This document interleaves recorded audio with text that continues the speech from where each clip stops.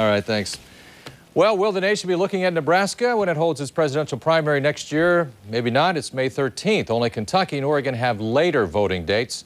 By that time, candidates are usually decided, giving Nebraskans little voice in who will be president. But as Gary Johnson reports, state Democrats plan to caucus much earlier, and Republicans may do the same. I am announcing today my candidacy to be the Nebraskan Bob Kerrey campaigned here in his unsuccessful presidential bid in '92, but mostly we've been ignored for decades by those seeking the White House. You have to go back to 1976 when Frank Church won Nebraska's Democratic primary to find a presidential contender who worked hard in Nebraska. We've loved campaigning here. Nebraska is so much like our own state.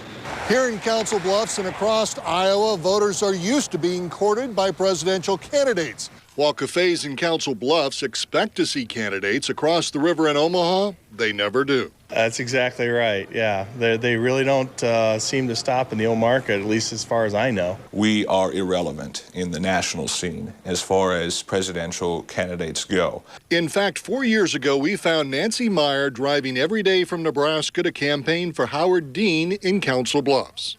This is the only way I can make a difference. This is the only way, because I'm in Nebraska and we don't have a primary until it's I appreciate that. Thank you. Kind of late in the process.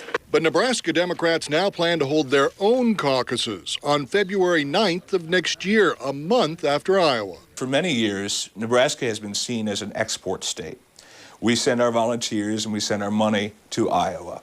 And I think what this provides is the opportunity for presidential candidates to look at Nebraska and look at the whole region, as a matter of fact, as really important.